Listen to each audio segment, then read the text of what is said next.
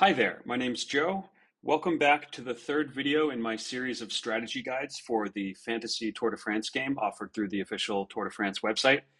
In this video, I'm going to be going through some tips and advanced strategies that I have for advanced players. If you're looking for an overview of the game and the basic rules, or if you're looking for basic strategy information, check out my two previous videos. If you're looking for advice on which riders to pick for the 2024 Tour de France, stay tuned for another video or two that I'm going to be posting to this channel in the next day or two before the tour begins. In this video, while I am going to be showing some possible teams that you'd build with the 2024 riders, it's meant to be general strategy that could be applied to any Tour de France or any Grand Tour where they are using this fantasy game system. All right, with that said, the first thing I want to talk about is speculative strategy versus conservative strategy. And of course, we're all here to earn as many points as possible. That's the main objective of this game. However, you can choose to take on a sliding scale of risk in how you build your teams and the strategic decisions you make in pursuit of optimizing your points. Knowing when to increase the risk profile of the decisions you're making and the team you're building versus decreasing your risk is an important strategy for doing well in this game. Now, one of the times that you would want to take on a very conservative strategy is if your main goal in playing this game is not to win the global league, but instead to win a small private league, whether it's amongst a group of friends, family, coworkers, whatever. If you have a small number of other players you're participating against, and you are watching this video and you are researching strategy guides for this game, well, you can afford to play very conservatively and still beat out all the casual players that you're going to be going up against in your league. However, if your goal is to really top the leaderboard of the Global Tour de France League, you need to take on a lot more risk. You need to make educated guesses and hope that those guesses pay off.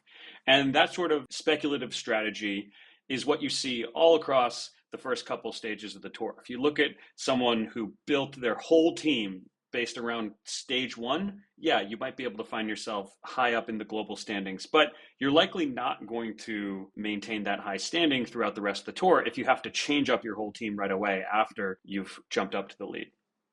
So basically at the start of the tour, if you want to win the global league, take on a speculative strategy, play very risky. If you want to win a small league, play conservatively. Additionally, throughout the tour, you have to look at how you are doing relative to your competitors. If you are in a commanding lead, whether that is in the global league or a private league, then you can afford to play more conservatively.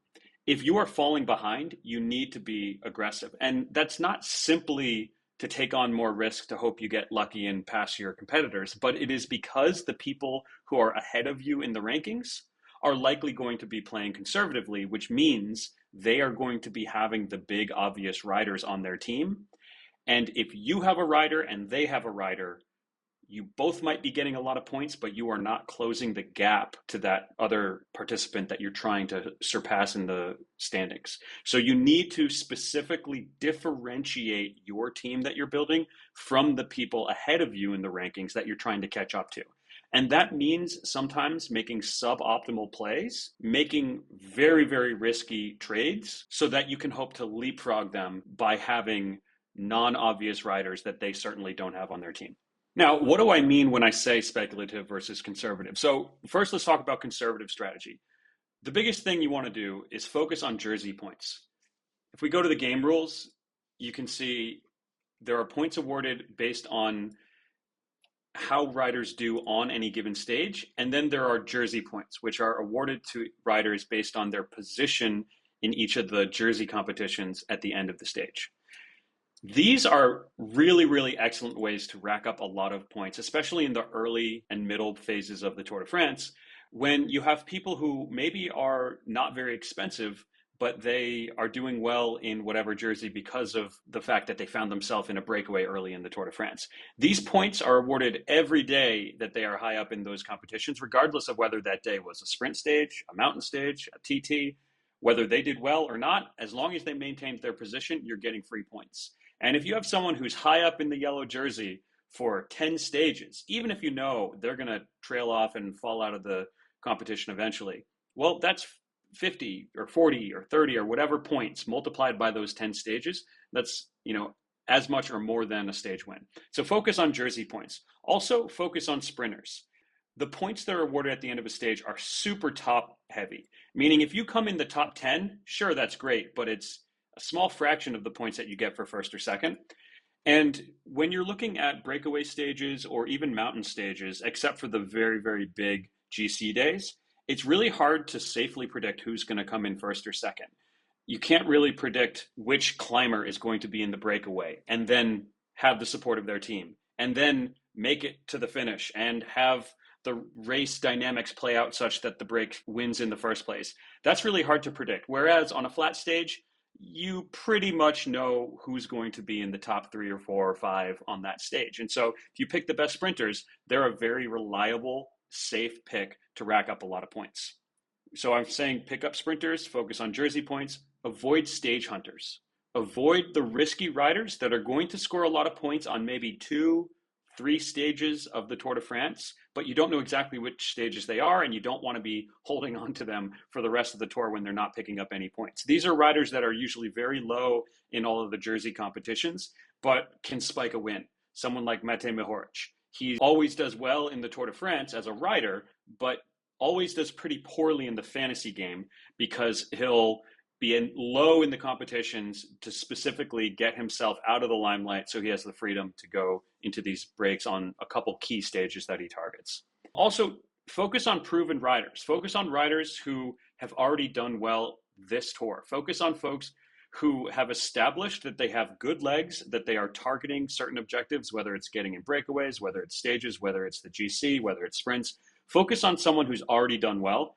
Don't try to be that genius who makes a really speculative pick and then lucks out and that rider wins the stage the next day. No, wait for them to win the stage, and then if they bring themselves high up in those jersey competitions, pick them up the day after they win. It might seem a little weak to play that strategy, but I'll tell you, that's how I've picked up a lot of points in the past. Wait for someone to do well, then pick them up, even if I know they're not going to win the polka dot jersey, but they just won a stage and took the lead of the polka dot jersey. If I know that no one's going to surpass them in that competition for 8 stages, well, guess what? That's a couple hundred free points by picking that person up. So don't be afraid to pick someone up after they do well. And in fact, the opposite. You should focus on riders that have already proven themselves. Don't try to be the genius who cobbles together a ragtag team of misfits who suddenly start doing well. Now, basically, the speculative strategy is the opposite of everything I just said. You want to be focusing on the riders that might potentially win a stage out of nowhere. You want to be focusing on riders that are very undercosted, riders that might be racking up points in multiple jersey competitions through one lucky stage where they get in the break and either win or contend for the win. But you want to try to guess who that person's going to be before it happens. And to do that, you got to look at stage profiles. You got to look at who's purposely falling back in the GC so that they have freedom to go and break the next day. You got to do your research. You got to really know what you're talking about if you're going to make those picks. Also focus on breakaway points. Breakaway points are, I think, an excellent way to take on a speculative strategy with a bunch of cheaper riders. And I'll talk a little bit more about that in a few minutes. All right, so what would some of these teams look like? So I'm going to show you 4 teams. First, let's look at this team, which I consider a sprinter-heavy team that is very conservative and safe. So this team, again, just an example, we're using the riders from 2024. I'm not recommending you pick this exact team. But in this example, if you felt that the first week was going to be very rewarding for the sprinters, you might want to pick up a team like this, where you can see I have the maximum of 3 riders that are classified as a sprinter, including Philipsen, who I think is best in the world, and then DeLee and Pedersen, who I think are the second and third best sprinters in this tour. I've maxed out the number of sprinters I can pick up, and I've also picked up an additional sprinter in the form of Wout van Aert because he's classified as an all-rounder, even though we expect that if he's here to make a splash and not simply support his leader, he's going to be in those sprints. Obviously, I picked up Pogacar. I'm not even going to be talking too much about Pogacar or Philipsen for that matter because I considered these 2 riders really obvious picks. The odds-on favorite for the green jersey in Philipsen and the yellow jersey in Pogacar.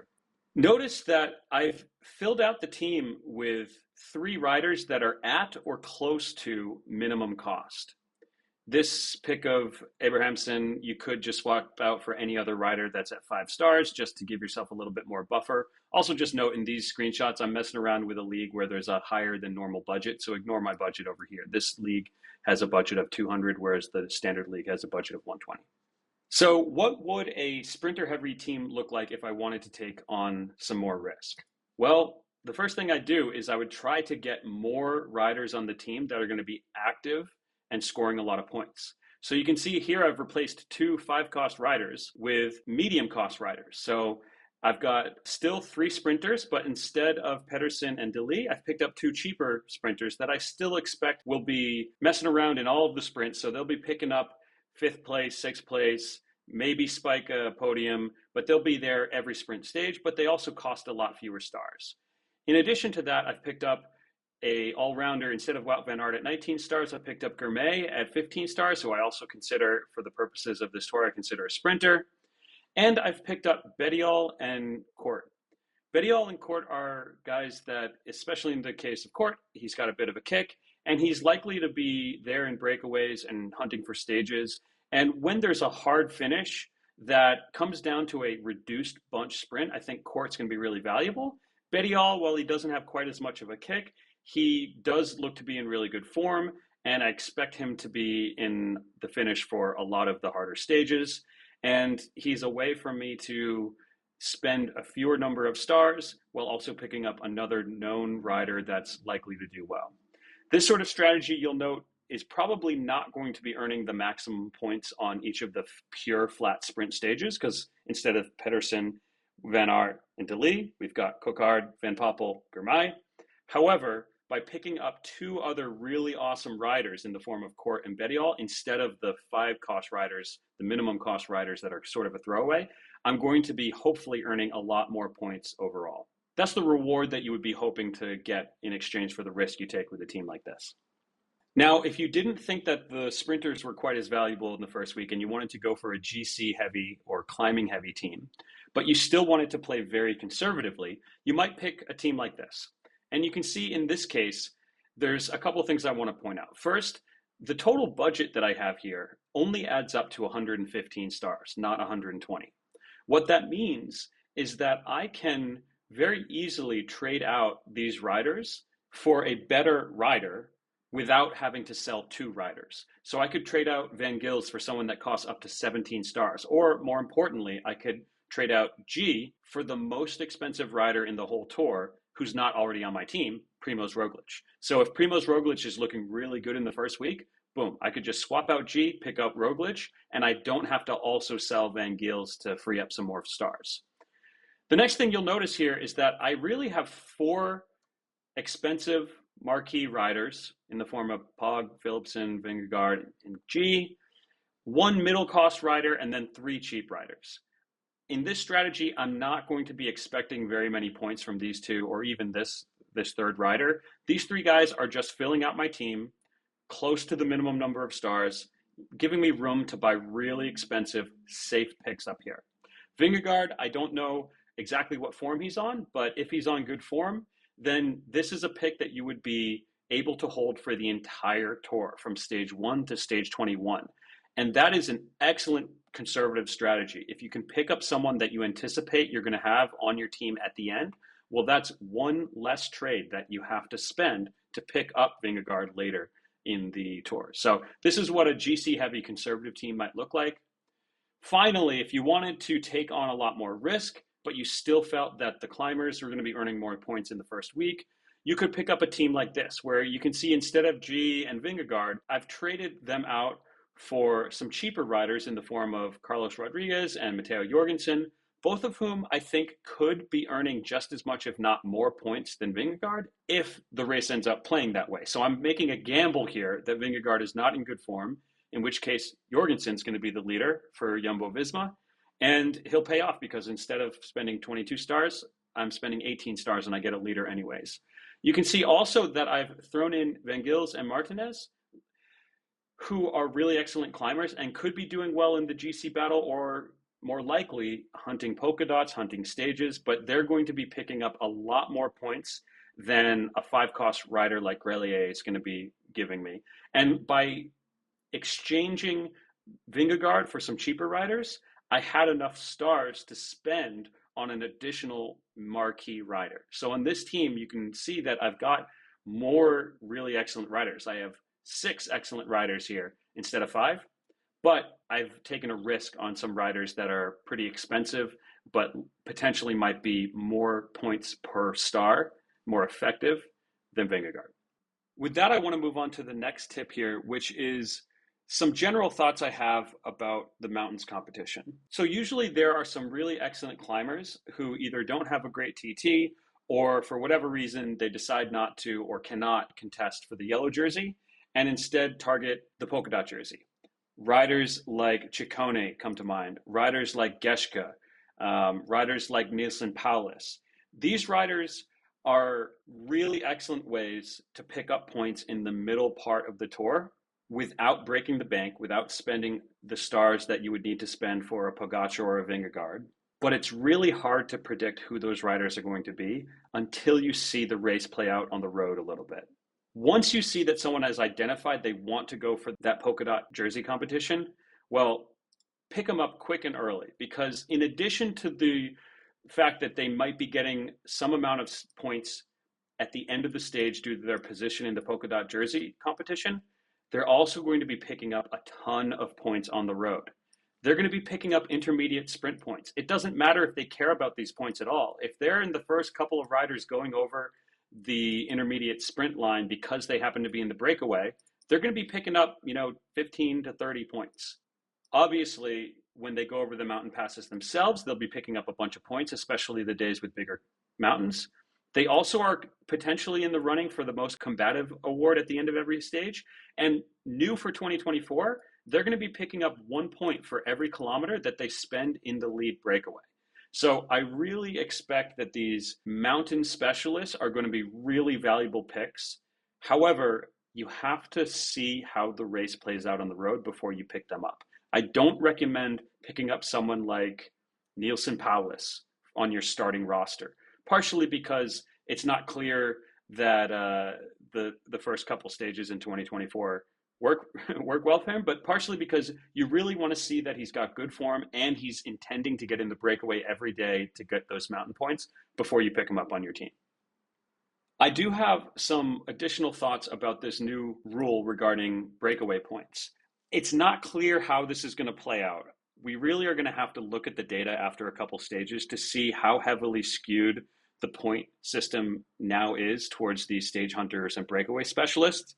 But imagine if you have 10 riders in a breakaway for 100 kilometers, that's 1,000 points that you're giving out just to those breakaway riders, which is more than you earn from like the top 10 riders finishing on the stage, or the top 8 or so.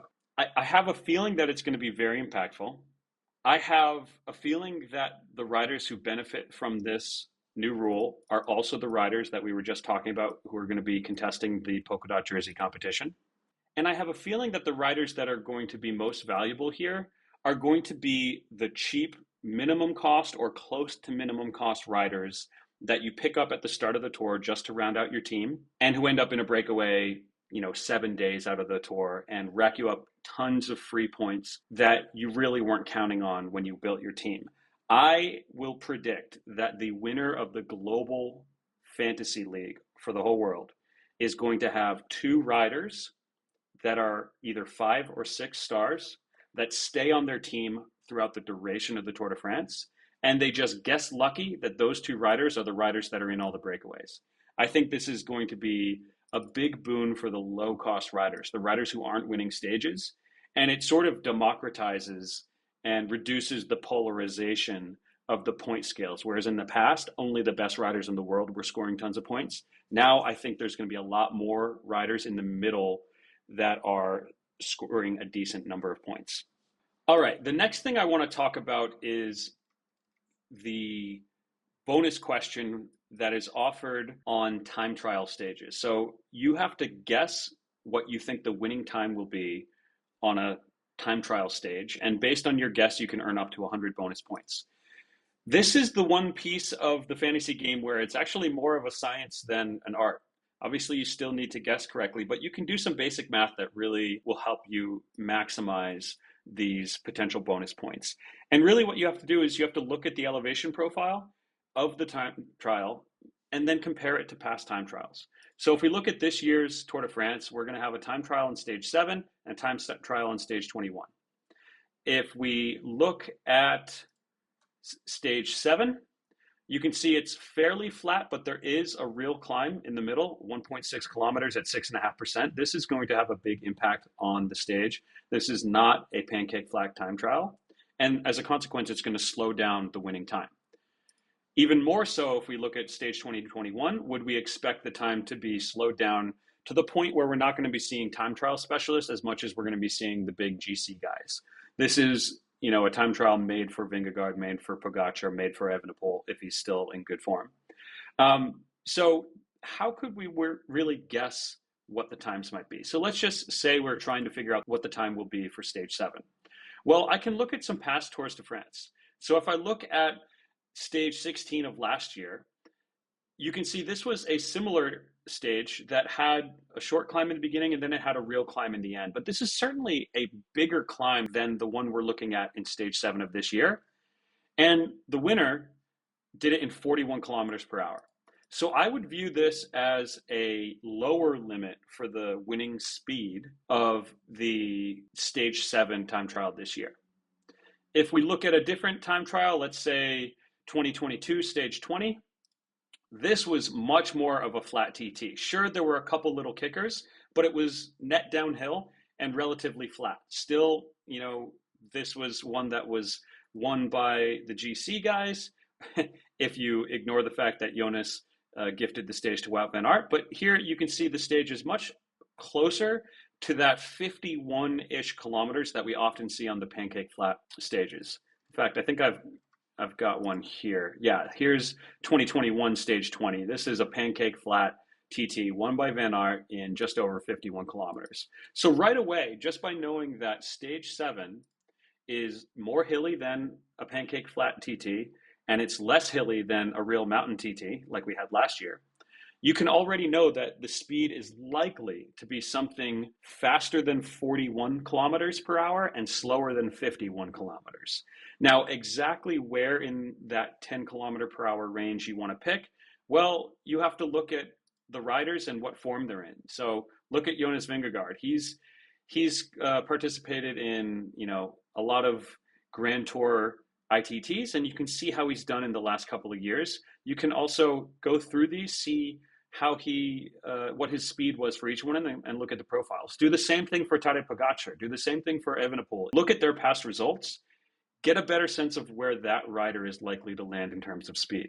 Then, go back to the fantasy website. There's going to be a slider at the bottom on those stages that pops up right below your team, and plug in what you think the time is going to be. So velocity is equal to distance divided by time. So time is equal to distance divided by velocity. For stage 7 in particular, take, let's say, 45 kilometers per hour is what I think the winning time is going to be, the winning speed is going to be. Take the distance, which is 25 kilometers in this case, and divide it by 45 kilometers per hour. That gives you the time in hours. Do the basic math to convert that time in hours down to minutes and seconds, and there you go. That's what I've done the last couple of years, and it's paid off. You're not going to always guess it spot on, but you're going to get pretty damn close, and you're going to be maximizing the points that you get. The last tip that I have here for advanced strategy is regarding the Supercombatif award. So this is the award that is granted by the jury at the end of the Tour de France for the overall most combative rider throughout the entire 21 stages of the Tour. That rider will get 90 points in the fantasy league. Well, this is pretty basic here in terms of tips, but they publish who wins this award prior to the point that you need to lock in your team on the final stage. So if you're in North America, Google it late at night. If you're in Europe, Google it early in the morning of the stage. Find out who the jury has awarded this Supercombatif award and use that to help influence any trades or other decisions that you're making regarding building your final team. I will tell you that in years past, this absolutely has affected my decisions on the last day. It's really a basic tip, but it's one that you should be aware of nonetheless. All right, with that, if there's any tips that you have that you haven't heard me mention here, feel free to throw them into the comments below, or feel free to join the discussion we've got going over on my Discord server. A link to the Discord server can be found in the description of this video. With that, stay tuned for a couple more videos ahead of the tour this year. Take care.